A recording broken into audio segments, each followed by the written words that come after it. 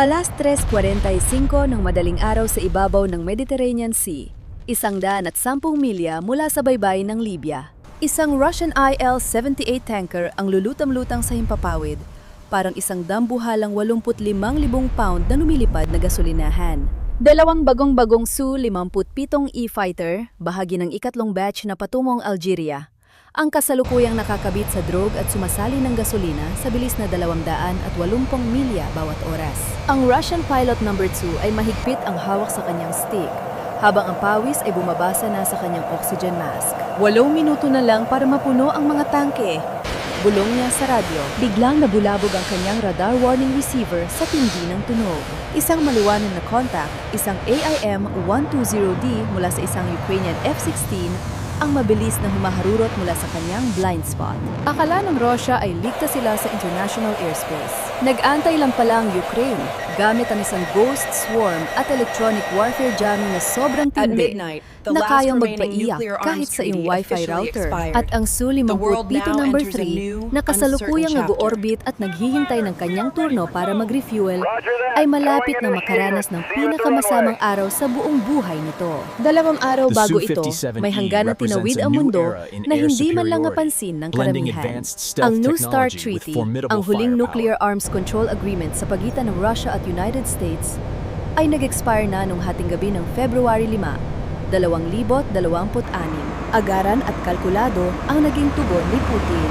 Wala ng limitasyon sa mga nuclear arsenal, wala ng mga inspeksyon, at higit sa lahat, wala ng limitasyon sa pag-export ng mga armas.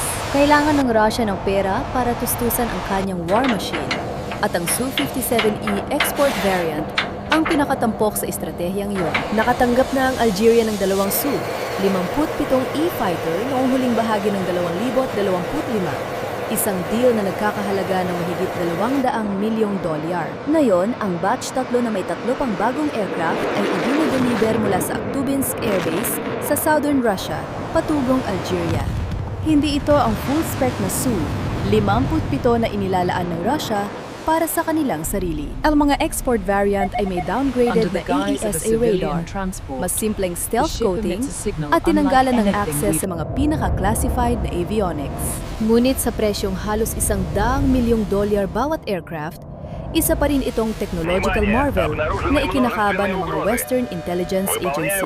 Nagbabala ang Washington na mahaharap sa economic penalties ang sinumang bibili ng mga Russian fighter. Hindi nakinig ang Algeria. Nakahanap ang Russia ng paraan para makalusot. Sa halip na dumaan sa direktang ruta sa Turkish-controlled airspace sa ibabaw ng Black Sea, iikot sila sa timog dadaan sa Libya. Tahimik na pumayag si General Khalifa Haftar, ang warlord na kumokontrol sa Eastern Libya, na magbigay ng refueling support sa kanyang mga airbase. Isa itong perpektong plano, o iyon ang akala ng Moscow. Ang ferry formation ay binubuo ng 3 Su-57E fighter, 2 Su-35 escort na may malakas na Irbis-E radar na kaya mag-track ng 30 targets ng sabay-sabay, at isang EL-78 Midas tanker na may sapat na fuel para sa buong grupo. Ang ruta ay mula Aktubinsk papuntang Mediterranean, isang malaking mid-air refueling sa ibabaw ng international waters, at huling ratsada patungong Algeria. Simple, direkta, at may mabigat na escort. Akala ng Russia ay parang isang weekend road trip lang ito. Mahigpit ang seguridad, oo, pero sa tingin nila ay routine lang ito. Ang hindi nila alam, ang Ukraine ay mayroon na ngayong mga F-16 Fighting Falcon na upgraded gamit ang Conformal Fuel Tanks o CFTS. Nagdagdag ito ng extra 3,500 pounds ng fuel at nagpaluwig ng kanilang combat radius ng 40%. Hindi kailangan ng Ukraine ng kitang-kitang tanker convoy, kaya nilang umatake mula sa isang secret forward staging point malapit sa North Africa at hindi sila makikita ng Russia. Bandang alas 12:30 ng madaling araw, 6 na Ukrainian F-16 ang lumipad mula sa isang classified airstrip. Bawat aircraft ay may dalang external fuel tanks, AIM-120 DAM-RAAM missiles, at isang bagay na hindi inaasahan ng Russia, ang ADM-160 MALD decoys. Bumaba ang mga F-16 sa 500 piye sa itaas ng sea level humahalik sa mga taluktok ng alon para manatili sa ilalim ng horizon. Iwas ito sa malakas na look-down radar ng mga Russian Su-35 escort. Ang Mediterranean Sea, sa tindi ng surface reflections at thermal layers nito, ay lumikha ng natural clutter na nagkubli sa kanilang paglapit. Samantala, isang nagpapanggap na civilian cargo ship na nasa 80 milya timog na refueling zone ng tanker ang nag-activate na electronic warfare pod dito. Nag-broadcast ito ng jamming signals sa iba't ibang radar frequencies. Alam ng Ukraine na kailangang bigyan ng Russia ng buong kumpiyansa. Ngunit kailangan itong dumaan sa isang walang kwentang panalo. Alas 13:15, pinakawalan ng mga Ukrainian F-16 ang kanilang MALD swarm. 16 na decoy drone ang humarurot sa mabilis na tulin. Umalinganggaw ang mga turbojet nito at bawat isa ay ginagaya ang eksaktong radar signature at flight profile ng isang Su-57. Agad na nagliwanag ang Irbis, iradar ng mga Russian Su-35 escort. Multiple bandits bearing 191, distance 10 miles, in closing.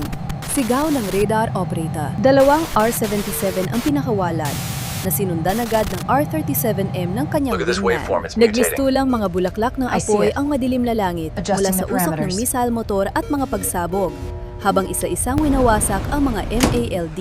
Ngunit bawat nadudurog na decoy ay nagkakahalaga sa mga Russia ng 400,000 hanggang $1 milyong na missile. Sa loob ng wala pang 70 segundo, 4 na mamahaling air-to-air rounds ang naglaho sa dilim para lang sa mga 200 pound na aluminum ghosts. Kapansin-pansing nabawasan ang mga missile ng mga escort, ngunit naniniwala ang Russia na matagumpay nilang tiniyak ang kaligtasan. Inisip nilang oras na para palakasin ang kakayahan ng kanilang mga Su-57 fighter jet. Alas 3:42, pumuwesto ang IL-78 tanker sa refueling orbit sa ibabaw ng madilim na Mediterranean, 110 milya mula sa Libya. Ang bilis ay nanatili sa 280 milya bawat oras sa altitude na 25,000 piye. Ang gabuhalang 4-engine na eroplano ay inilaylay ang kanyang droge na para isang plane. Mababa ang ugong ng mga makina habang ang tatlong Su-57E ay pumila sa likuran. Standard refuel procedure. Isa-isa lang. Walang hindi kinakailangang panganib. Ang dalawang Su-35 escort ay paikot-ikot sa malayo. Ang mga radar ay naka-standby para hindi agad mabuko ang kanilang formation. Unang lumapit ang Su-57 No. 1. Sumunod agad ang Su-57 No. 2 sa likuran nito. Malinis ang paglapit, pumasok ang probe. Tuloy-tuloy ang daloy ng fuel. Umakyat ang gauge sa 50%, 60%, 75%, hanggang huminto sa 75%. Ligtas na margin para makarating sa Libya. Disconnect. Pareho na silang may gasolina, walang pinsala, at nakapwesto 5 milya ang layo na para mga sentinel. Tumatakbo ng maayos ang operasyon ng Russia ayon sa plano. Ngayon, ang number 3 naman ang lumapit. Ang pilotong ito ang pinakamatagal na naghintay at pinakamababa na ang fuel gauge. Dahan-dahang iminaneho ang throttle paharap. Inilabas ang probe. Tinamaan ang gumagalaw na basket sa ilalim ng malamlam na liwanag ng buwan. Pasok at lock. Nagsimulang magsali ng fuel mula sa 35%. Kailangan niya ng 80% para sa reserve. Ibig sabihin, 7 minuto pa siyang nakakabit na kailangang lumipad ng diretsyo. Bawal ang biglang liko. Ang kaunting turbulence ay pwedeng makaputol sa linya o magsabog ng fuel sa mga intake. Sa bandang ibaba sa gawing northwest, ang Ukrainian F-16 flight leader ay nananatiling tahimik sa radyo. Ang pagpapakawala ng ADM-160 MALD swarm ay nagpuwersa sa mga Su-35 escort na sayangin ang kanilang mga R-77 sa mga ghost targets.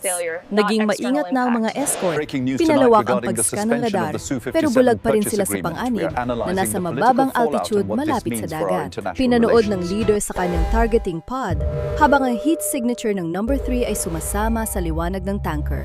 Probe locked. Ang fuel ay lampas na ng 40%. Hindi nagaganda pa ang timing na ito. 6 na F-16 ang biglang tumingala, umakyat mula sea level patungong 15,000 piye sa isang kisapmata. Ang AN/APG-83 AESA radar ay biglang nag-active.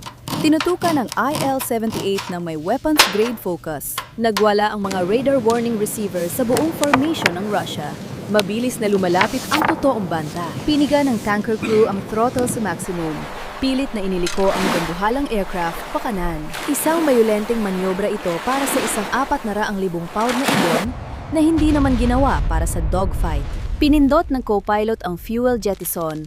Nagtapon ng libo-libong galon para gumaan at gumawa ng defensive cloud.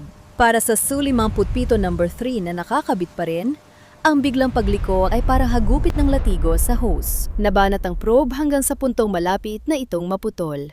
Huli na ng pindutin ng piloto ang emergency disconnect. Naputol ang probe sa base nito na may malakas na lagutok. Nag-iiwan ng hydraulic mist. Tumalsik pabalik ang drogue basket, tumama sa buntot ng tanker nang may malakas na crunch. Kumawala ang No. 3. Sugatan at may fuel na naipit sa 52% habang nagliliyab ang mga hydraulic warning. May tagas na ang probe assembly, 4 na AIM-120D missile ang pinakawalan mula sa mga F-16. 2 mula sa leader, 2 mula sa kanyang wingman. Pumaharurot ang mga ito sa bilis na Mach 4. Ang mga usok nito ay nagliwanag sa gabi na parang mga bumabagsak na kometa. Ang mga fire and forget seeker ang bahala. Gutom na gutom sa malaking target na tanker. Ang mga Su-35 escort ay pilit na humabol. Ang tindi ng G-force ay nagdiin sa mga piloto sa kanilang upuan. Nagpakawala ang lead pilot ng 2 R-77 patungo sa mga AMRAAM. Isang desperadong head-on shot. Napakabilis ng closing speed. Isang R-77 ang sumabog na kulang ng 70 pie, nalinlang ng chaff mula sa disconnect. Isang walang silbing kulay orange na pagsabog sa gitna ng kaguluhan. Ang mga AIM-120D ay tumagas lang sa layong 15 milya. Nagpaputok ng chaff ang tanker. Lumihan ng mga pilak na ulap sa likuran nito. Ngunit sinala ng mga AIM-120D seeker ang clutter at muling naglock. Sa layong 5 milya, ang mga missile ay naging autonomous hunters na. Unang tama sa No. 2 engine sa kaliwang pakpak. Ang 44 na pound na warhead ay sumabog, dinurog ang mga blade at pinatid ang mga fuel line. Nawasak ang nacelle, nagliparan ang mga pira-piraso nito. Sumiklab ang apoy mula sa nasirang makina. Mabilis na kumalat patungo sa center tank habang nagliliyab ang tumatagas na Jet A fuel. Ang ikalawang missile ay tumama sa harap ng wing root sa may center tank area. Ang pagsabog ay tumago sa seal. Nagbuga ng libo-libong libre ng fuel sa lumalaking apoy. Lalong tumindi ang apoy. Ginawang isang nagbabagang impyerno ang likurang bahagi ng fuselage sa init na mahigit 3,000 degree Fahrenheit. Nawala ng thrust ang tanker sa isang bahagi. Biglang sumugsob ang ilong ito at nagsimulang umikot pababa patungo sa dagat mula sa 25,000 pie. Isang dambuhalang fireball ang humahaba sa likuran nito na parang buntot ng kometa. Nililiwanag ang madilim na langit. Mula sa layong 20 milya, kitang-kita ng mga Ukrainian pilot ang liwanag. Kahit walang targeting pods. 43 segundo bago ang impact. Tumama ang wreckage sa tubig.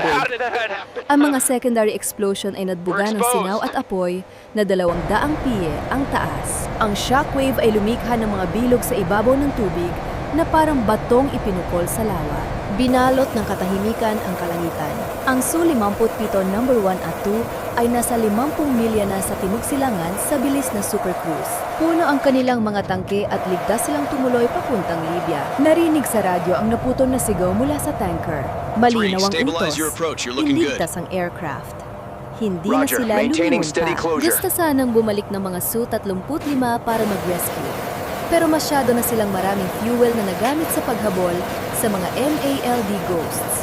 Nakarating na sila sa Bingo Fuel, ang level na sapat na lang para makabalik sa lupa. Napilitan silang umatras sa tindi ng frustration, habang ang 4 pang Ukrainian F-16 ay patuloy na nag-aabang sa malayo. Naiwang mag-isa ang No. 3. May 52% na lang na fuel, may tagas na probe at sirang hydraulics. Huwag silang bigyan ng oras na makapag-react. 2 Ukrainian F-16 ang pumwesto sa likuran niya at nakakuha ng radar lock. Hindi muna sila nagpaputo. Pinupersa nilang piloto, inilalayo sa kanyang planong ruta at itinutulak patungong southwest. Doon na nagsimula ang electronic warfare attack. Ang data link connection sa Russian AWACS ay naglaho. Ang kanyang GPS coordinates ay nagsimulang mag-jump ng random sa screen. Minsan ay lumalabas na nasa ibabaw siya ng Greece, tapos Morocco. tapos biglang nasa ibabaw na ng Atlantic Ocean. Ang Ukrainian Electronic Warfare System ay hindi direktang nag-hack sa flight computers ng Su-57. Kailangan kasi doon ng access sa classified encryption keys. Sa halip, sinamantala nito ang isang kilalang vulnerability sa GPS receiver module ng aircraft. Pinuno ito ng mga pekeng satellite signal na lumikha ng sunod-sunod na error sa buong navigation system. Dalawa lang ang pagpipilian ng piloto. Pwede siyang mag-eject ngayon sa ibabaw ng Mediterranean o pwede siyang sumubok ng emergency landing sa pinakamalapit na runway na 40 milya sa timog. Isa itong no man's land. Pinili niya ang huli. Ang hindi alam ng Russian pilot, ang Ukrainian Group 13 Special Forces ay na-capture na ang LZ Dagger 3 araw pa lang ang nakakalipas. Isang Ukrainian C-130 transport aircraft ang nakatago sa ilalim ng camouflage netting 200 yards mula sa runway. Kasama nito ang mga cutting equipment at technical specialists na naghanda para sa eksaktong senaryo na ito. Hindi plano ng Ukraine na barilin at pabagsakin ang Su-57. Ang plano nila ay nakawin ito. Bandang alas 4:02 ng madaling araw, ang Su-57 No. 3 ay nagsimulang bumaba patungo sa isang maalikabok na lupa na tinatawag na LZ Dagger. Nagpakitang gilas ang piloto. Pilit na binabalanse ang $100 milyong na ibon gamit ang main wheels nito. Pinanatili niyang nakatingala ang ilong para mabawasan ang bilis sa gitna ng alikabok ng Libya. Ngunit may isang bagay na nagpakaba sa kanya ng husto. Ang dalawang Ukrainian F-16 na nakabuntot sa kanya ay biglang humiwalay.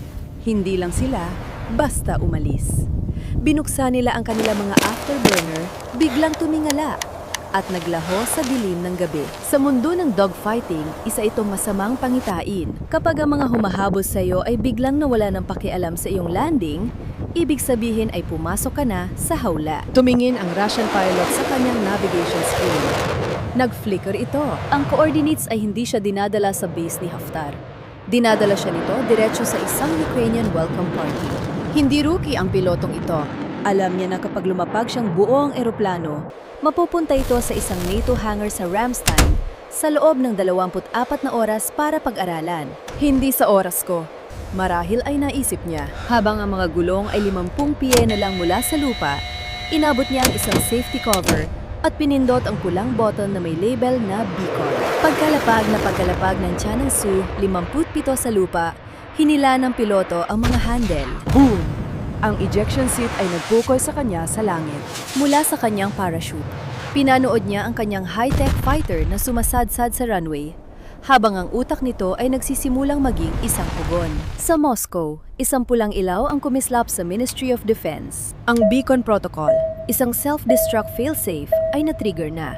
Sa loob ng avionics bay ng Su-57, ang mga thermite charge ay nagliyab sa nakakatakot na 4,000 degree Fahrenheit. Nang dumating ang Group 13 Special Forces ng Ukraine, hindi isang premyadong eroplano ang natagpuan nila, kundi isang $100 milyong na charcoal grill. Ang radar-absorbing coating na iyon ay naging gray foam na lang. Ang AESA radar, ang mga mata ng Russian Air Force, ay isa na lang tumpok ng tunaw na bakal. Sumigaw ang Ukrainian team leader sa kanyang radio. Nabluluto na ito! Ipasok na ang tech team, isalvage ang anumang natitira. Mayroon na lang silang ilang minuto bago tuluyang maubos ang buong electronic suite. Samantala, isang Russian suicide drone ang sumubukang sumingit mula sa silangan para tapusin ang trabaho. Pero ang mga F-16 ay nababantay pa rin sa itaas. Pagsapit ng madaling araw, ang isang Ukrainian C-130 ay lumipad na mula sa LZ Dagger. Sa loob nito ay ang Russian pilot, ilang crates na puno ng AL-41F, isa engine parts, at ilang sunog na piraso ng stealth material na nakuha nila bago lumala ang apoy. Hindi ito ang jackpot na gustong makuha ng Ukraine, pero nakuha nila ang pinaka-importanteng bahagi. At sigurado ako, ang mga NATO engineer ay magkakaroon ng sapat na homework para maging busy sa susunod na 10 taon. Ang epekto ng Operation Skyjack Mirage, gaya na itatawag dito ng Ukrainian intelligence, ay yumanig sa buong mundo. Sa panig ng militar, nawala ng Russia ng isang Il-78 tanker na nagkakahalaga ng $50 milyong at isang Su-57E fighter na nawasak.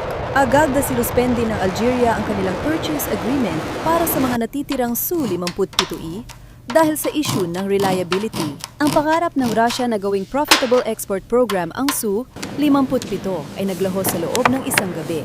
Malubha ang naging epekto nito sa logistics ng Moscow. Dahil wala na ang tanker, hindi na may ferry ng Russia ang mga Su-57 diretso sa Algeria, dadaan sa Libya. Anumang delivery sa hinaharap ay mga kailangan ng maraming refueling stops sa mga friendly countries.